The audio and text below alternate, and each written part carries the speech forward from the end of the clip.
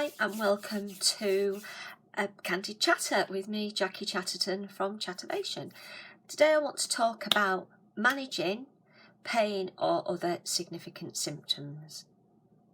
I am not suggesting for 1 second that this is going to necessarily be easy for people who are struggling with managing the symptoms, but I think it's worth always considering how you can address those symptoms.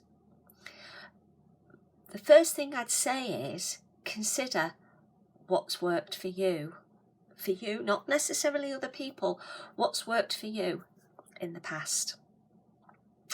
Because there's a good chance that if it's worked before, it's likely to work again for you.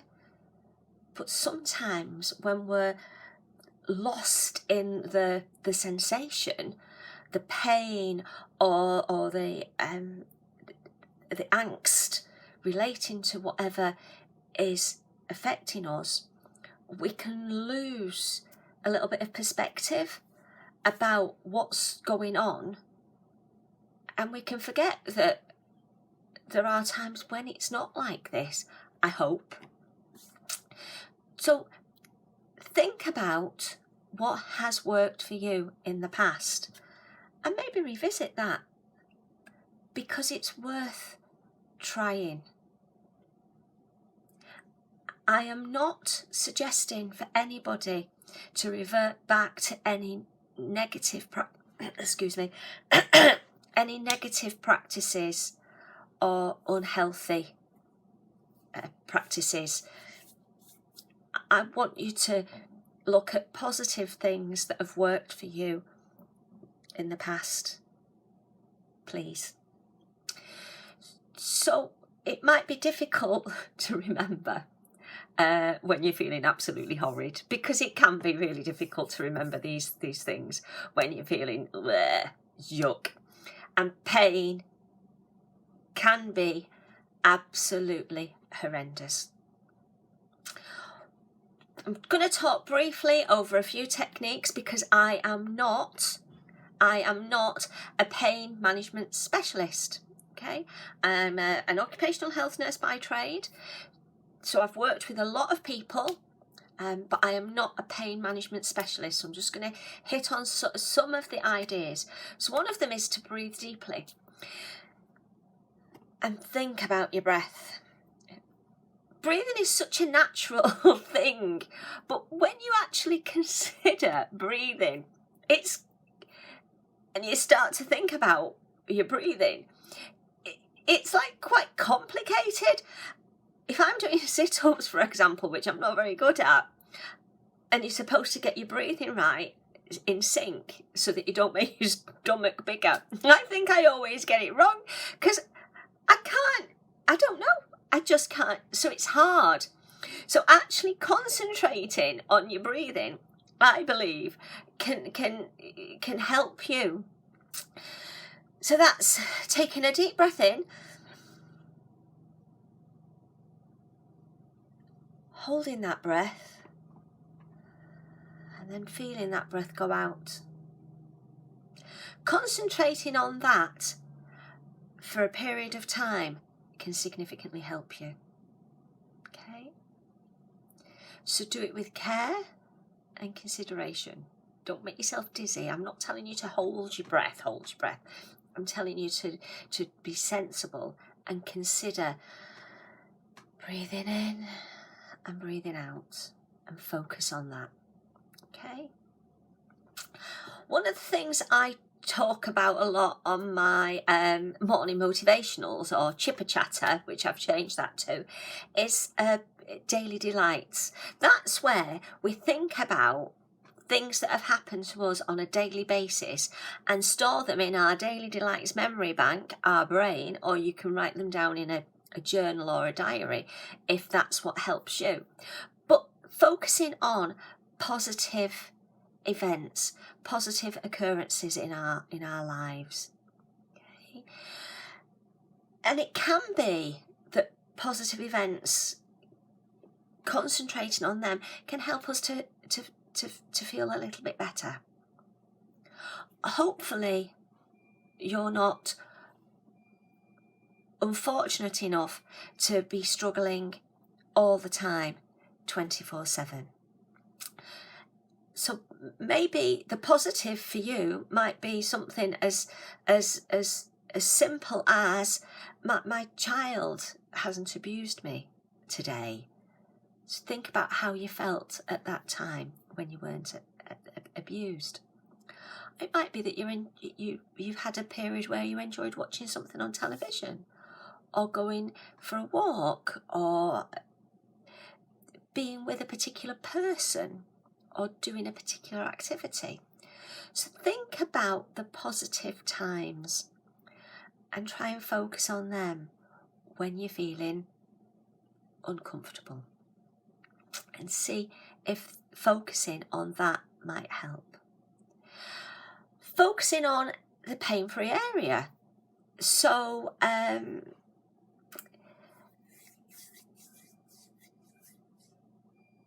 if it's your feet, for example, that are painful, then maybe think about your hands, or your neck, or your head. So concentrate on a different part of your body and see if that can help you. Also, focus on what you can do, not what you can't do. So, for example, if you actually don't have the ability to use your hands, maybe you do have the ability to use your feet, and you might be able to be quite artistic, or really artistic, with your feet. I'm not artistic with any part of my body, basically. I think I can sing, but I can't actually sing. So think about the things that you actually can do, and take yourself to your happy place. Think about what might be your happy place. Distraction can take your mind and your body off some toxins and your frustrations.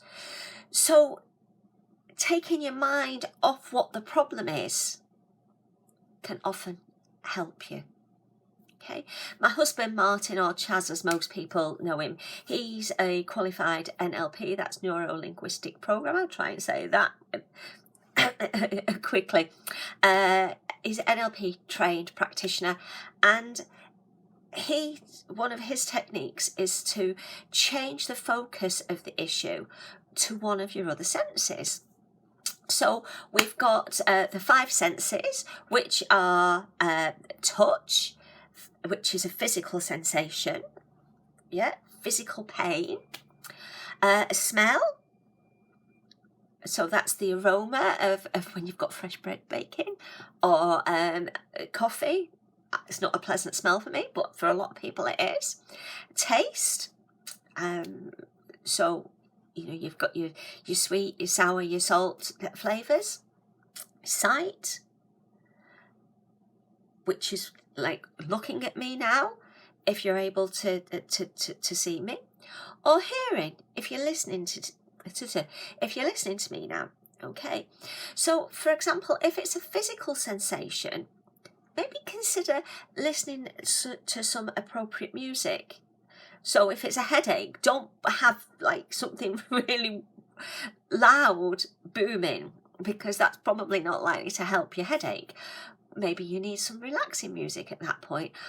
But if you do enjoy booming music and it's not a headache that's concerning you, then consider what music that actually helps to take you, as we said earlier, to that happy place. Or singing.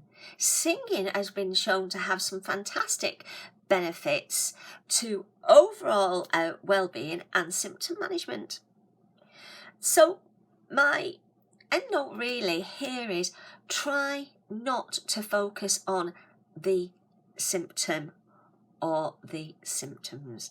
I know that sounds easy for me to say now, sat here, people in glass houses and all that, but it's worth trying.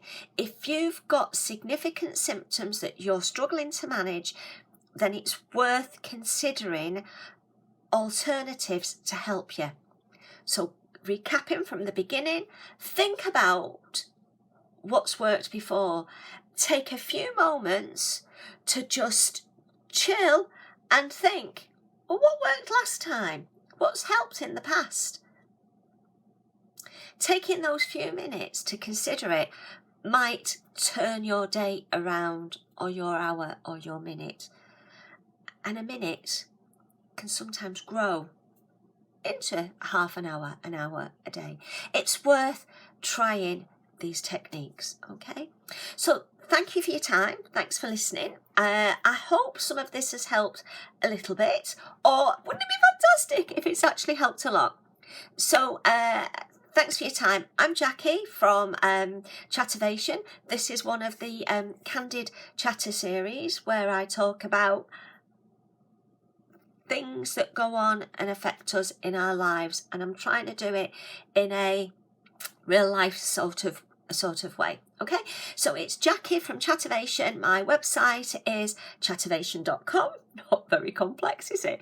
But yeah, I'm an occupational health nurse by trade. I'm running return to work or being at work workshops, either remotely, virtually over the internet with remote classrooms, or face-to-face in your workplace, or locally to me here. Thanks for your time. I hope you're feeling well, or that this has helped you consider some of your options. Take care. Bye-bye. Bye.